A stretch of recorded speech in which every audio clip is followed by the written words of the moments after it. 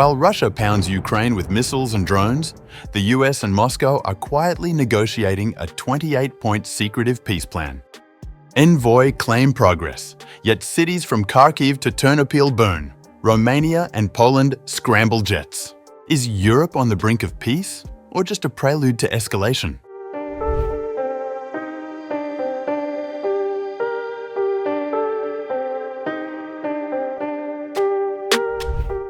The White House and Moscow have secretly been working on a proposal to end Russia's war against Ukraine. According to Axios, US Special Envoy Steve Witkoff and Russian envoy Kirill Dmitriev have extensively discussed the 28-point peace plan, which aims at bringing peace to the war-torn European region. According to the report, Dmitriev described the secretive peace deal optimistically, saying that, unlike in the past, the Russian position is really being heard. It's actually a much broader framework, basically saying, how do we really bring, finally, lasting security to Europe, not just Ukraine? Russia has repeatedly issued maximalist demands to Kyiv in previous direct peace talks, including that Ukraine give up its NATO aspirations, demilitarize, and concede territory that Kyiv controls. The secretive peace deal reportedly focuses on peace in Ukraine, security in Europe, security guarantees, and US relations with Kyiv and Moscow in the future. The report added that Dmitriev held meetings with Witkoff and other senior members of the White House administration in Miami from October 24 to 26. The two sides hope to produce a written document before US President Donald Trump and Russian President Vladimir Putin next meet, though the Budapest summit still remains off the table. The proposed meeting was called off by Trump on October 25th, who said he felt it would not be productive as the White House continues efforts to broker a peace deal.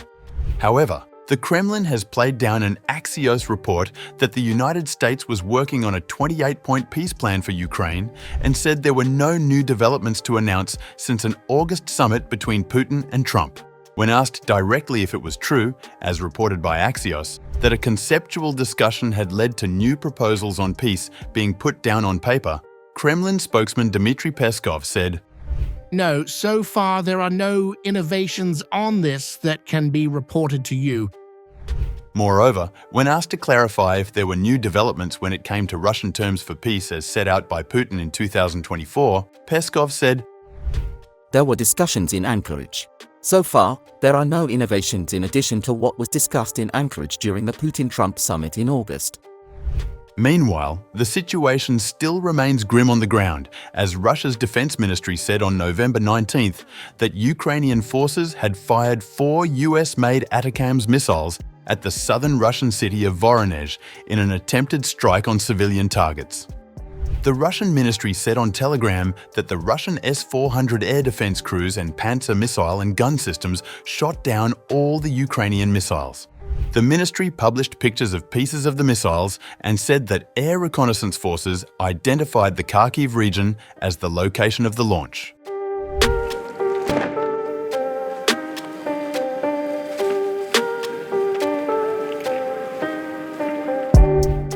Russia unleashed a massive overnight barrage across Ukraine on November 19th, crippling energy infrastructure, destroying residential high-rise buildings in Ternopil.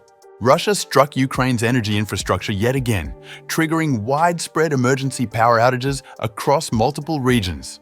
According to Ukraine's Ministry of Energy, the power systems suffered additional damage, and the heavy load on networks forced operators to immediately introduce emergency shutdown schedules to prevent further failures.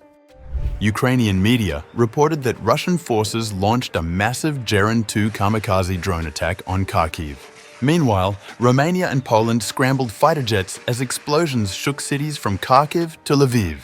Romania's defense ministry claimed that a drone breached its airspace during a Russian attack on Ukrainian infrastructure near the border.